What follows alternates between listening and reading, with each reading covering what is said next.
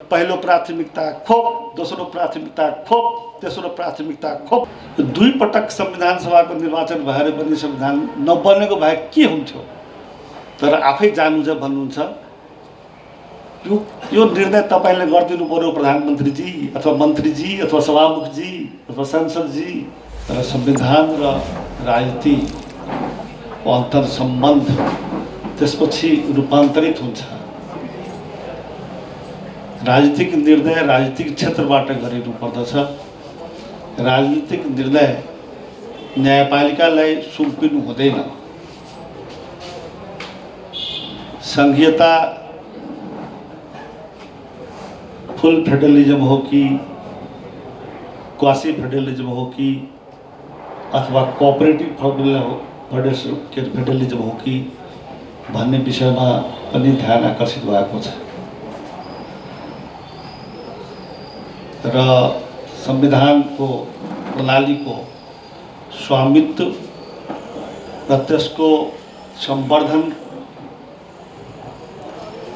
विषयमा पनि ध्यान आकर्षण भएको छ। पूर्ववक्ताहरूले आजको हाम्रो सानै कार्यक्रममा भए पनि अत्यन्त सारगर्भित र अत्यन्त महत्त्वपूर्ण मुद्दा, एजेन्डा र विषयहरूलाई पहिचान गरेर सार्वजनिक बहसमा ल्याउनु भएको छ। तारानाथ दाहालजीले पनि धेरै महत्त्वपूर्ण विषय राख्नु भएको छ। यो बहसले राष्ट्रिय स्वरूप लिनुपर्दछ भन्ने मलाई लागेको छ।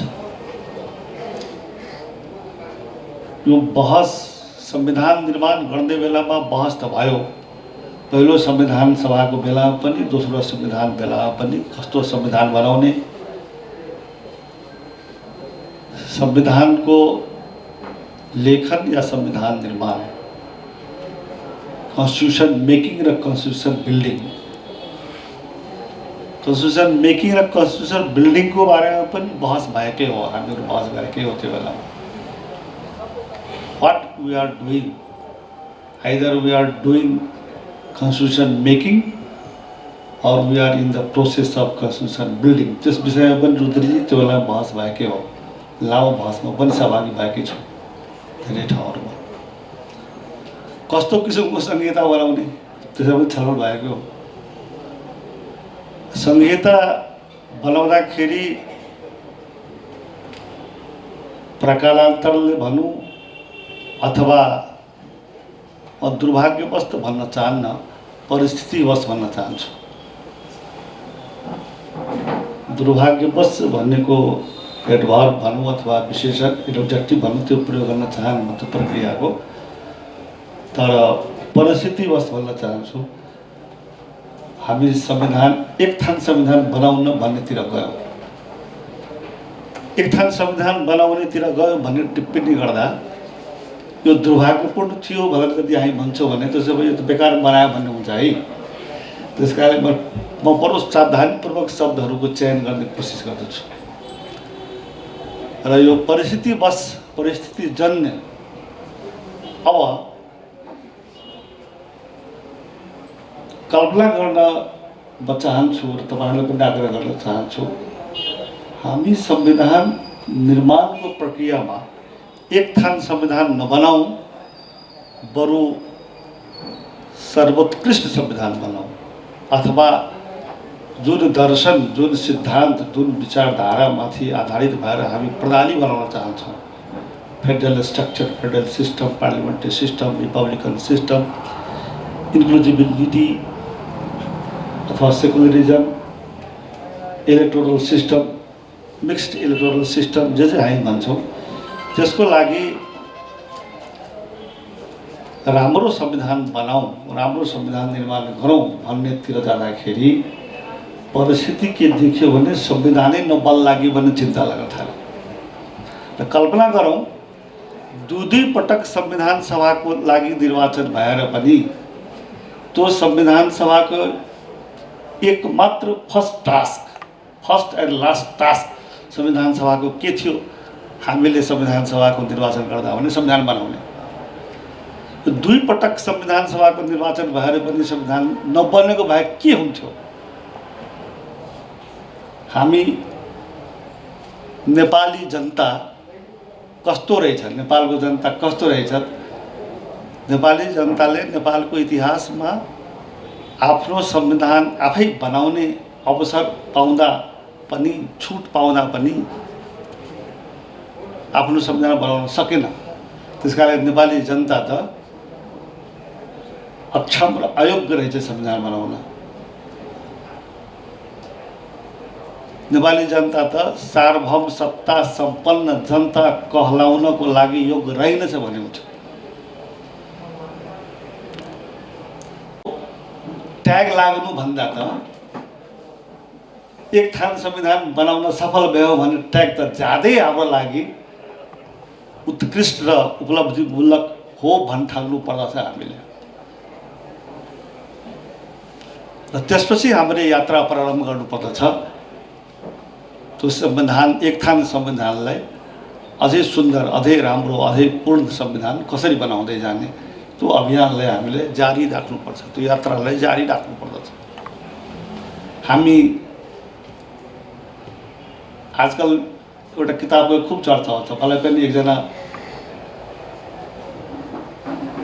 महिला मित्र जो कि अन्तर्राष्ट्रिय सम्बन्धमा, इन्टरनेसनल रिलेसनको संस्थाहरूमा काम गर्नुहुन्छ, अस्ति आएर दिनुभयो मलाई, व्हाई नेसन फेल्स। सौभाग्यवश त्यो फेल्ड नेसनमा नेपालको सूची तपाईँको कमसेकम छैन नि त अहिले।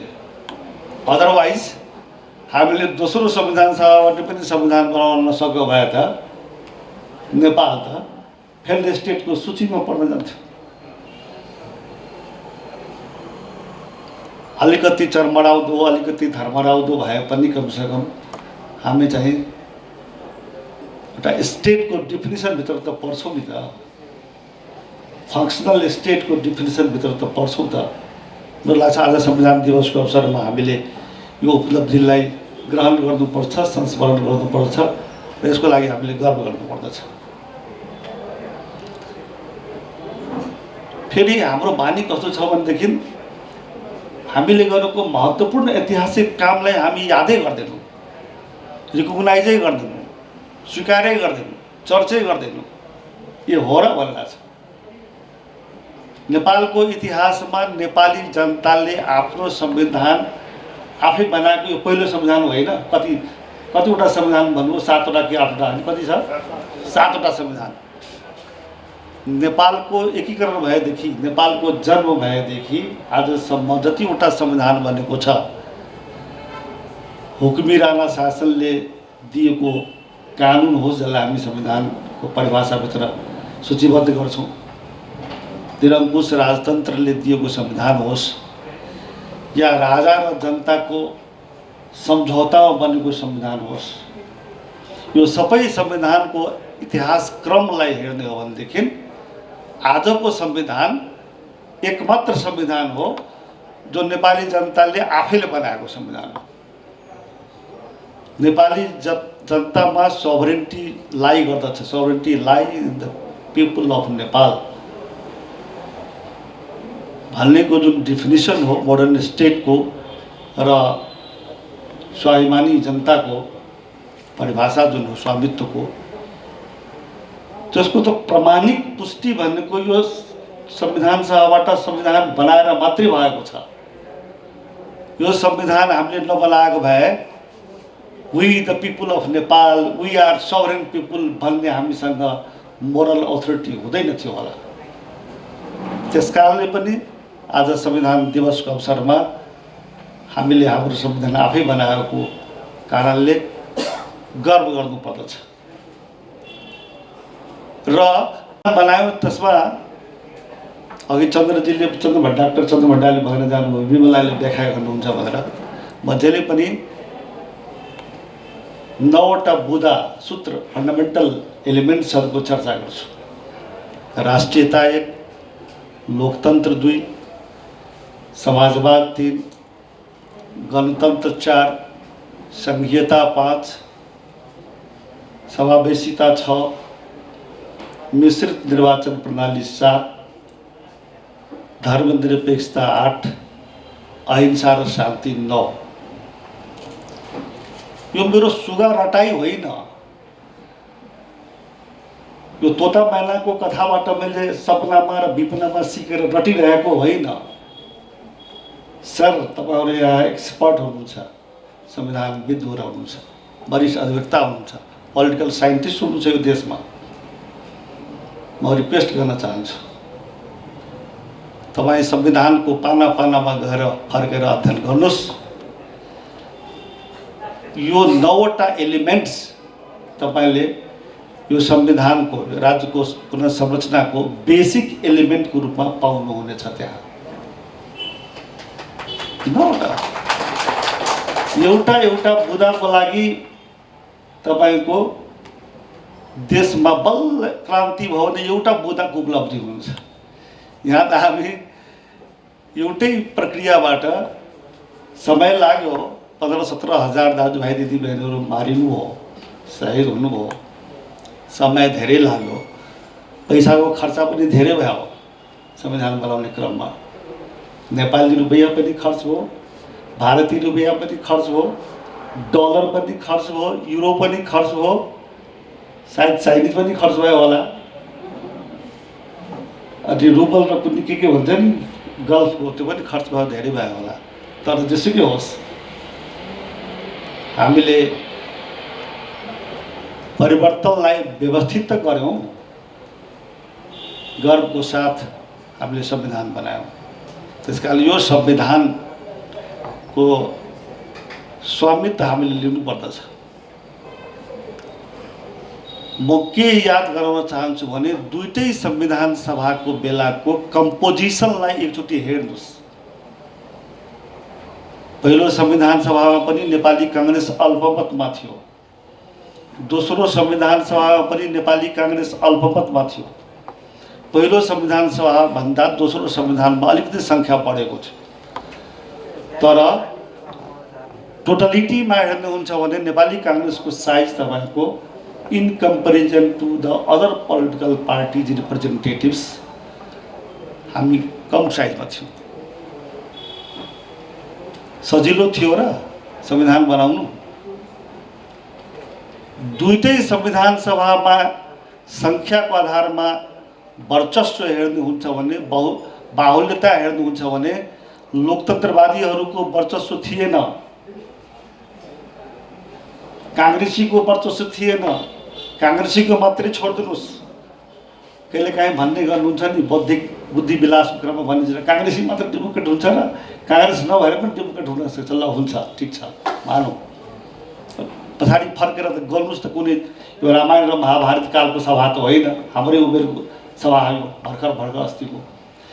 त्यो दुईटै सभामा रहेका पार्टी र त्यसका प्रतिनिधिहरूको नाम हेर्नुहोस्, तपाईँले थाहा पाउनुहुनेछ। त्यसमा अल टुगेदर सानो सानो टुक्रा भए तापनि सबभन्दा बढी सङ्ख्या त कम्युनिस्ट विचारधारावालाहरूकै थियो। त्यसपछि राजावादीहरूको थियो, क्षेत्रीयतावादीहरूको थियो, जातीयतावादीहरूको थियो, अनि बिना कुनै वादीहरूको पनि थियो, के वादी। यो सबैको बाहुल्यता भएकोमा एउटा तपाईँको हाम्रो कहावत छ नि, यो कागको हुलमा एउटा बकुल्ला भन्छ नि, काङ्ग्रेस त्यस्तै थियो। तर त्यस्तो भएर पनि संविधान बन्यो। संविधान कस्तो बन्यो? के निर्दलीय संविधान बन्यो कि कम्युनिस्ट संविधान बन्यो? चीनमा र रुसमा त अहिले त डेमोक्रेसी आइसक्यो, पहिलेको सोभियत रुस भनौँ न, कम्युनिस्ट स्ट्रक्चर भएको जुन कम्युनिस्ट स्टेट भएको जुन कन्ट्रीको संविधान हो त्यस्तो संविधान बन्यो। सैनिक तानाशाही भएको संविधान बन्यो, निर्दलवादी संविधान बन्यो, एकदलवादी संविधान बन्यो। बनेन नि त, कस्तो संविधान बन्यो? सङ्घीय लोकतान्त्रिक गणतन्त्रवादी, सङ्घीय लोकतान्त्रिक गणतन्त्रात्मक संसदीय प्रणाली भएको संविधान बन्यो नि त। यसमा हाम्रो सफलता, यो हाम्रो सफलता हो। यसमा हामीले गौरव गर्नुपर्दछ कि हामीले बिग्रिन दिएनौँ हाम्रो स्टेटलाई, हाम्रो गभर्नेन्स सिस्टमलाई हामीले बिग्रिन दिएनौँ, हाम्रो संविधानलाई हामीले अनर्गल संविधान बन्न दिएनौँ। नेपाली कांग्रेस दुईटै संविधान सभामा माइनोरिटीमा भए तापनि अरूले चाहेको, अरूले चिताएको इल इन्टेन्स भएको भन्नु हाम्रो डिफिनेसनमा भन्यो भने संविधान बन्न दिएनौँ, प्रणाली बन्न दिएनौँ त हामीले। यो नेपाली कांग्रेसको र नेपालको डेमोक्रेट्सहरूको लागि गौरवको विषय होइन, सफलताको विषय होइन। हामीले हाम्रो पुस्तामा बिग्रेको अलिअलि थोत्रै गाडी तपाईँको राखे होला, तर हामीले भावी पुस्ताको लागि हामी विरासतमा के हस्तान्तरण गर्दैछौँ त? निर्दलीय संविधान हस्तान्तरण गर्न गइरहेका छौँ, एकदलीय संविधान हस्तान्तरण गर्न गइरहेका छौँ हामी पछिको पुस्तालाई, तानाशाही संविधान हस्तान्तरण गर्न गइरहेका छौँ, छैनौँ नि त। सो यो हाम्रो लागि त खुसीको कुरा हो कि हामी हाम्रो भावी पुस्ताको लागि, आफ्नो पुस्तामा अलिअलि थोत्रो गाडी भए पनि आगामी पुस्ताको लागि राम्रो गाडीको लागि बाटो प्रशस्त गरिदिएको छ हामीले युवा पुस्ताहरूको लागि। हामीले त अब आफ्नो लागि सोच्ने अब कुनै जरुरी छैन। म भन्छु, मेरो व्यक्तिगत कुरा फिलिङ हो। मैले मेरो पुस्ताले जति गर्नु थियो देशको लागि, जनताको लागि हामी गरिसक्यौँ, गर्दै पनि छौँ। हामीले त अब युवा पुस्ता हो, भोलिको जुन युवा पुस्ता छ नेपाल जसको हुने हो, जसरी आज हामी भन्छौँ नेपाली जनता हामी हौँ, सभरेन्टी हामीमा निहित छ, नेपालको मालिक हामी छौँ।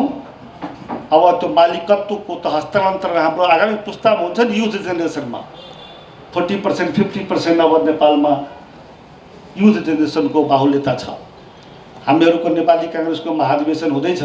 नेपाली कांग्रेसको महाधिवेशनमा लगभग 9 लाख क्रियाशील संस्था हामीले वितरण गरेका छौँ। मोर देन 35%, 35% भन्दा बढी तपाईँको युवाहरू हुनुहुन्छ भनेपछि त युवाहरूको आउँदैछ नि त। त्यसकारणले म के भन्न चाहन्छु भने आज संविधान दिवसको अवसरमा हामीले संविधानका यी फन्डामेन्टल एलिमेन्ट्सहरूको बारेमा जनतालाई, हाम्रो आगामी पुस्तालाई हामीले सेयर गर्नुपर्दछ, भन्न सक्नुपर्दछ, पुर्याउनु पर्दछ, यो सन्देश दिन सक्नुपर्दछ।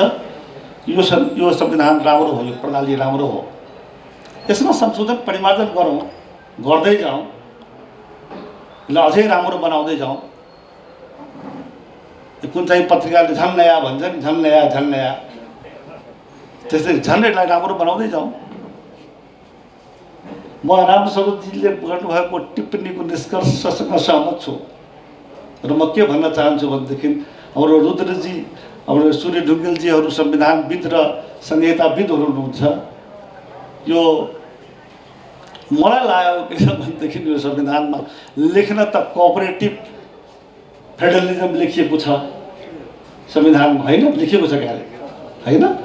यो संविधान कस्तो किसिमको संहिता हो भन्ने संहिताको पनि धेरै मोडलहरू छ नि त।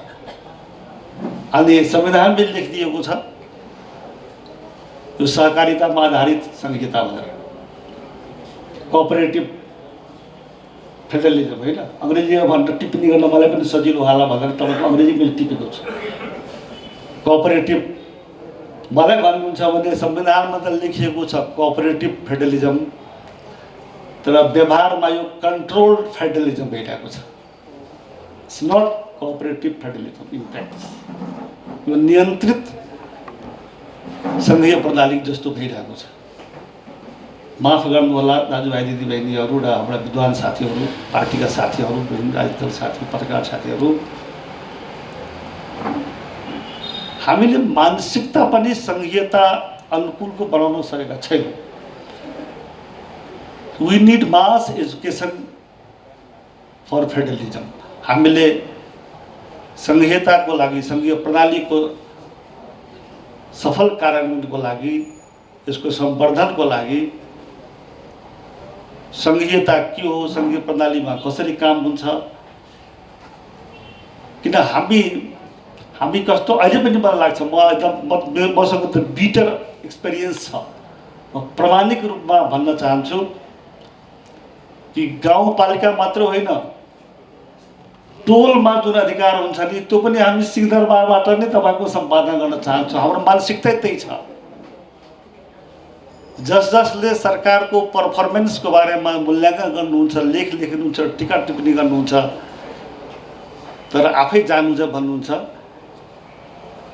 यो निर्णय तपाईँले गरिदिनु पर्यो प्रधानमन्त्रीजी अथवा मन्त्रीजी अथवा सभामुखजी अथवा सांसदजी।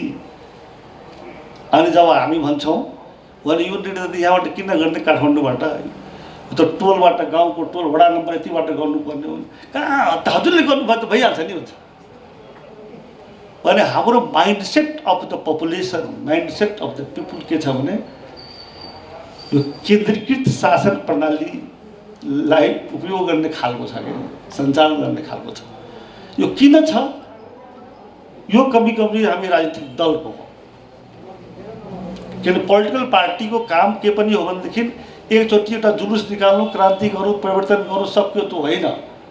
पोलिटिकल पार्टीको काम के भने पोलिटिकल सिस्टमको बारेमा, गभर्नेन्स सिस्टमको बारेमा, डेलिभरी सिस्टमको बारेमा, रिप्रेजेन्टेटिभ्स र भोटर्सको बिचको रिलेसनको बारेमा मतदातालाई, जनतालाई एजुकेट गर्ने, डिस्कसन चलाइदिने, आफू पनि एजुकेटेड हुने, जनताको चाहना के हो, जनताको घरमा गएर बुझ्नु पर्यो, टिका टिप्पणी सुन्नु पर्यो, आलोचना सुन्नु पर्यो।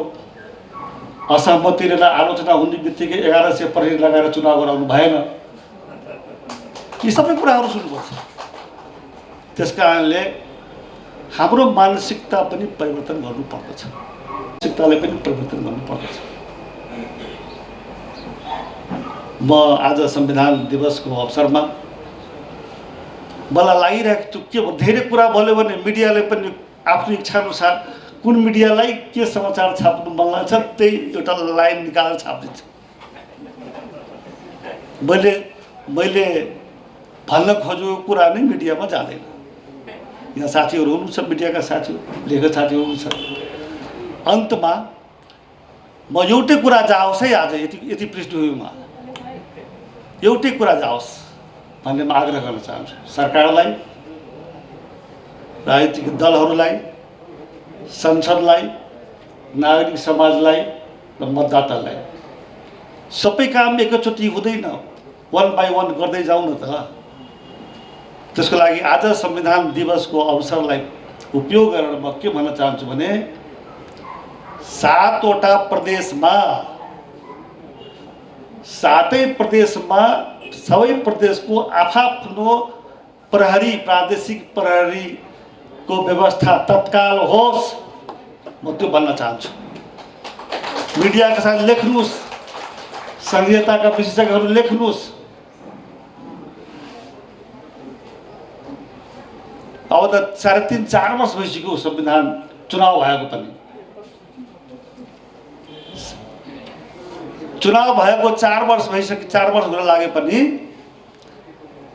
संविधानको अनुसूची अनुसार, संविधानको प्रावधान अनुसार, संविधानको धारामा लेखिएको छ 76(5) को धारा ठिक छ कि छैन सबै बहस गर्नुहुन्छ।